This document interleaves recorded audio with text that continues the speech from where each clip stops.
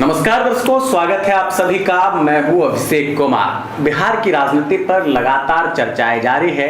बांकीपुर विधानसभा में उपचुनाव हो रहे हैं और उपचुनाव में एक तरह से आप कह सकते हैं कि भाजपा की नाक जो है वो दांव पर लगी हुई है। ऐसा इसलिए क्योंकि नितिन नवीन जो भाजपा के राष्ट्रीय अध्यक्ष हैं, उनका क्षेत्र माना जाता है वर्षों तक दबदबा रहा है और ऐसी स्थिति में इस बार कहीं ना कहीं समीकरण बनते बिगड़ते दोनों दिख रहे हैं। इस मुद्दे पर चर्चा करने के लिए हमारे साथ जुड़ने वाले हैं सहरसा के विधायक आईपी गुप्ता जी। बेबाक अंदाज, विधानसभा हो, क्षेत्र हो या पटना के गलियों में देख ले, हमेशा आईपी गुप्ता जी अपनी आवाज़ को बुलंद करते रहते हैं। तो डायलॉग तो वही है सर, आईपी गुप्ता नाम है मेरा। और हमने पहले विधानसभा हंगामे की चर्चा की है तो बहुत तरह की चर्चा हुई कि आईपी गुप्ता जी को सदन के अंदर बड़ा अभद्र तरीके से व्यवहार किया गया। कुछ लोगों ने सिर्फ इतना कहने पे कि भाई गुंडे नहीं थे वो, और गाली गलौज तक कर दिया। क्या ये सदन की मर्यादा हो सकती है? या जो आरोप आप लोगों पर लगता था, चूंकि महागठबंधन में आप लोग थे तो कहते थे कि गुंडे मवालियों की पार्टी है ये, तो अब गुंडे मवाली कोई और हो गए हैं क्या?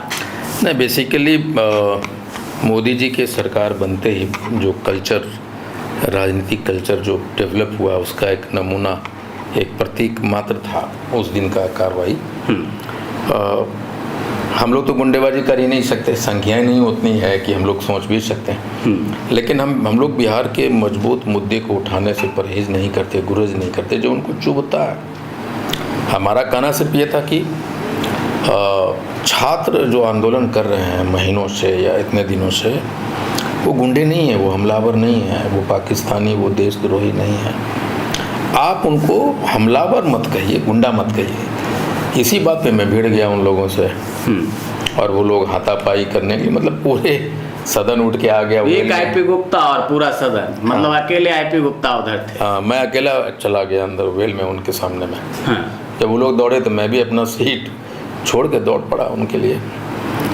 तो वही हुआ। बाद में वो तो मैं मांग किया है कि जो वीडियो, जो विजुअल है उस दिन का कार्रवाई का, वो रिलीज नहीं कर रहा है। मैंने रिटर्न में मांगा है, दे नहीं रही है सरकार। वो देखेगी चेहरा कि क्या। लेकिन आप किसी को डरा के, धमका के, गाली गलौज करके तो क्या ये आईपी गुप्ता जी की आवाज़ को दबाने का प्रयास था कि इस तरह का अगर हम करते हैं तो एक जो मतलब लगातार बोलने वाले व्यक्ति है, चाहे भ्रष्ट नीति हो या भ्रष्ट कानून व्यवस्था हो या सरकार की जो कमियां खामियां हैं वो छुप सके? नहीं, मेरे अगर आप सेकेंड फेज का देखिए, दोबारा जब मैं गया हूँ तो वही कर जाऊँ। आईपी गुप्ता डरे तो नहीं? नहीं, डराने वाला पैदा नहीं लिया। मैं समझता हूँ कि अगर आप जनता ने आपको चुन के भेजा है और जनता के लिए राजनीति करते हैं तो जनता के साथ राजनीति करने वाला डरेगा, जनता के लिए राजनीति करने वाला डर नहीं सकता है। दूसरा क्या है, देश में जब परिस्थितियां बिल्कुल विपरीत हो, ऐसा लग रहा हो कि अंग्रेज़ों वाला ज़माना आ गया हो, डिक्टेटरशिप हो, तो somebody has to take a call, somebody has to stand, like Ravish Kumar ji जैसे जो पत्रकार हैं और बहुत सारे पत्रकार हैं। आज आपका पोस्ट भी है तो उन लोगों ने खड़ा हुआ है, तो उसी तरह पॉलिटिशियन में खड़ा होना पड़ेगा। And I am the one of them to stand before the mighty power of BJP. मैं उनके सामने हूँ और मुझे लगता है कि मैं आंदोलन से निकला हूँ, और अगर मैं समझौता कर लूँ तो फिर लड़ना छोड़ देगा, लड़ने वाले हतोत्साहित हो जाएंगे। और बिहारियों का एक इकबाल देखा है जो झुकता नहीं है। सिर्फ बिहारियत, बिहारी पना उसको ले आना है अपने आप में। And I M one of the those typical. थोड़ा बांकीपुर चलते हैं सर और संक्षिप्त में बात करने की कोशिश करेंगे। क्या लगता है, एनडीए एक बार फिर भारी पड़ रही है या धर्मेंद्र प्रधान का इस्तीफा और अन्य चीज़ें जो हुई है गतिविधि, कॉकरोचों ने जो करके दिखा दिया है, एक तरह से घुटने के बल भाजपा गिरी है? नहीं, एक फैक्टर तो है ही, लेकिन जो लगातार वहाँ एक ही आदमी, एक ही चेहरा रहा है और डेवलपमेंट वहाँ नहीं हुआ। जो स्थिति जो कत्यों बनी है, हिंदू और मुसलमान के नाम पे लोग जीतते रहे हैं। परिवर्तन निश्चित है और मुझे मालूम है कि अगर पी के 15-20 हज़ार वोट काट लिए तो रेखा गुप्ता एक बड़ी मार्जिन से जीत जाएगी। पीके काट रहे हैं? ऐसा लगता है कि कुछ वोट काटेंगे। एक्चुअली पीके भाजपा के एक छोटा रिचार्ज है 29 रुपया वाला। सुबह में रिचार्ज होता है, चार्ज होता है, शाम होते होते रिचार्ज ख़त्म हो जाता है उनका। इधर से पूरा जाता है और शाम होते होते वो रिचार्ज भी ख़त्म हो जा रहा है। पीके को उनके राजनीति करने के तरीके को समझिएगा तो उनके पास न कोई आइडियोलॉजी न कोई विजन। क्या बात कर रहे हैं, प्रधानमंत्री तक का चुनाव जिता दिए हैं, कई राज्यों में सरकार बनाने का दावा है उनका, और वहाँ की सरकार भी इस बात को एक्सेप्ट करती है कि भाई राजनीतिक कार तो बढ़िया है। आप कह रहे हैं कोई आइडियोलॉजी ही नहीं है? बिल्कुल नहीं है। आचरेकर का नाम सुना? तेंदुलकर का ट्रेनर थे वह, कभी क्रिकेट खेले थे। अब वो आज तेंदुलकर को इसलिए महान खिलाड़ी बना सके कि तेंदुलकर वास्तव में बढ़िया खेलता था। उनके छोटे छोटे कमियों को उन्होंने निखार दिया। पॉलिटिकल सोच रखते हैं प्रशांत किशोर जी, पॉलिटिक्स करने नहीं आता उनको, पॉलिटिकल भाषा नहीं। किंग मेकर बन सकते हैं, किंग खुद नहीं बन। फिर मैं कहता हूँ किंग मेकर भी नहीं है वो आदमी। जैसे मेरे पास अपना वोट है तो उसी वोट को एक 10 लाइट किए थे वो, अब वो टेक्नोलॉजी ख़त्म हो गया, वो जो तरीका था ना ओल्ड हो गया। नहीं, कोई वो तरीका एक समय में नया था तो था, लेकिन अभी अपने लिए क्यों नहीं कर सके 2025 में, समझना होगा ना। दूसरा चीज़ है कि पॉलिटिक्स में बोलते क्या है आप, बहुत मायने रखते हैं कैसे बोलते हैं आप। उनकी भाषा क्या जनता को समझ आ रही है? नहीं, वो तो नहीं चाहता कि समझे जनता। जैसे मोदी बड़ा बड़ा बात 56 इंची वाला, एक वो आदमी जाके टेपा ले खाली नाप लेता, उसको क्या इंची बोलेगा यार ये तो 3400 इंची वाला नहीं है, ये को अंदर में गंजी कोट पहन के रखा। मोदी जी का कौन नाप सकते हैं? आईपी गुप्ता जी नाप दिया ना, जैन जी नाप दिया ना, सवर्ण लोग नाप दिया था कि ना, जब यूजीसी लाया था घोंसी तेली जूता चप्पल क्या नहीं चलाया ये लोग। नापने वाला चाहिए, वो तो तुरंत ही नपा जाता है।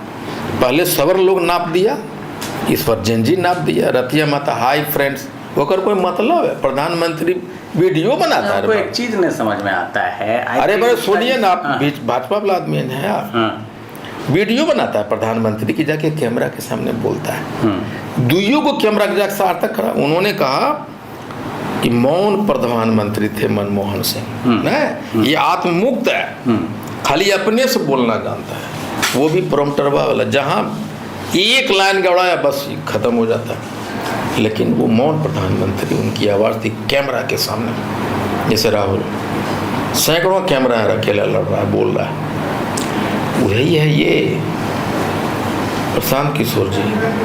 एक फेंकने वाला था, उसके साथ दूसरा साथी फेंक रहा है, ऐसा ऐसा बात बोलता है कि जनता लगता है नहीं यार इत आदमियाँ बड़ा बढ़िया हो।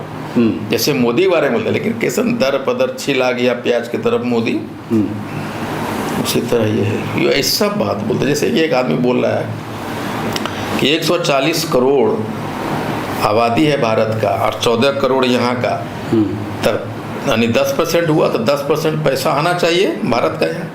अब ओकरा मालूम नहीं कि पैसा आता कैसे, उसके लिए क्या प्रोसेस क्या है, शर्त क्या है उसका पैसा आने का। लेकिन बोले एकदम बता ठीक बोल लो यार, ये तो 10% आना चाहिए। देखो कितना बढ़िया बोल रहा है, वो जानबूझ के बोलता है कि समझे ना आवे जनता को। लेकिन ऐसे नहीं होती राजनीति। मैं जो राजनीति कर रहा हूँ ना वो एकदम बिल्कुल है जैसे दो कैमरा मैन है ना आपका, इन लोगों को पता चलता है कि कौन झूठ बोल रहा है कौन सच बोल रहा है। तो काहे झूठ बोले भैया, तो समझिए गले तो लिए सच्चे बोले, कम से कम ये नहीं कहेगा कि डबल स्टैंडर्ड है कि थका। अच्छा, एक सवाल आज तक मुझे लगता है कि कहीं ना कहीं, चाहे सहरसा में आप प्रवेश किए हो या उससे पहले आपके आंदोलन से मैं जानता हूं आपको, मुझे आज तक ये समझ में नहीं आया कि आईपी गुप्ता हैं क्या चीज़। कोई कहता है कि भैया कभी भी भाजपा में चले जाएंगे, कोई कहता है जहां है बने रहेंगे, और आईपी गुप्ता जी कई बार कह चुके हैं कि आरक्षण दे दो ना, जहाँ बुलाओगे वहीं चल देंगे। एक इस पर छोटा सा कहानी सुनाता हूँ। मेरा एक चचेरा भाई है, वो आया मेरे गाँव से, मेरे ऑफिस में बैठा, बोले चलो भैया घरे में रहिए। बोले नहीं यहीं रहो। 3-4 दिन पूरा रहा, फिर आया शाम को, बोला हो कि क्या कर रहे हैं, क्या बात है, क्यों न क्या है बोलिए ना। बोल हम ये पता लगाने के लिए इतना पैसा तुम कमाता कैसे है, ये पता चला, बल्ले कुछ नहीं पता चला। यही हाल है इन लोगों का कि पता ही चलता है बड़का बड़का हैप्पी गुप्ता है क्या, लेकिन जब वक्त आता है तो पता चल जाता है कि मैं किधर हूँ। राज्यसभा का चुनाव है जो बताया कि मैं किधर हूँ, सदन बता रहा है कि मैं किधर हूँ। अगर सम्राट चौधरी जी अच्छे काम कर रहे हैं तो मैं उनके अच्छे काम के साथ हूँ खड़ा। नीतीश जी अच्छा काम कर रहे हैं तो उस काम के साथ मैं हूँ खड़ा। मैं वो पॉलिटिशियन नहीं हूँ कि नकारात्मक राजनीति करता है, सकारात्मक राजनीति की ओर। हाँ, मैं अभी एक प्रेस कॉन्फ्रेंस करूंगा, मैं गिनाऊंगा सर सब मैंने क्या क्या क्या, मैं ये भी बताऊंगा कौन काम किसने लाया, ये भी बता दूंगा कि ये जो आरओबी है, मत्स्यगंधा है, एयरपोर्ट बोलता है हम बनाए। हम ये भी बोलेंगे कौन बनाया, क्रेडिट वाली राजनीति को खत्म करेंगे। हम बोलेंगे भाई ये लाए हैं ये, हाँ, वो भी गिना देने वाला। मैंने जो क्वेश्चन पूछा वही जानने के लिए है कि देखिए एक्चुअली आज का जो जेनजी है ना, they have all the information. वो आपसे ज़्यादा इंटेलिजेंट है, क्रिएटिविटी उसकी ज़्यादा है जेनजी का, जो आप देख रहे होंगे। आप इस आंदोलन में देखा कि क्या क्रिएटिविटी है ना। एक लड़की बस के सामने खड़ा हो जा रहा है, लड़कों को लाठियाँ पीट रहा है तो एक लड़की कवर दे रही है। एक अपना घर छोड़ दिया, एक आ रहा है मेरा बाप भाजपा में, अपने बाप का पाप धोने आया, मेरा बाप भाजपा में था। एक आदमी कहता मैं 3 साल से भाजपा वोट दिया 3 बार, मेरा बेटी का तय हो गया। छोटे छोटे बच्चे।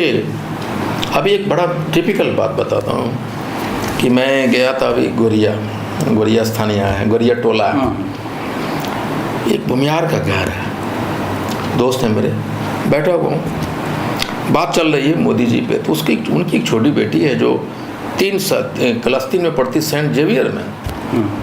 वो अपने अचानक बोल पड़ते मोदी तो खाली मेलोडी के पटाने में लगल रहता है, छोटी बेटी। अब हम लोग आश्चर्यचकित हो गए, क्या बोल दिया बच्ची।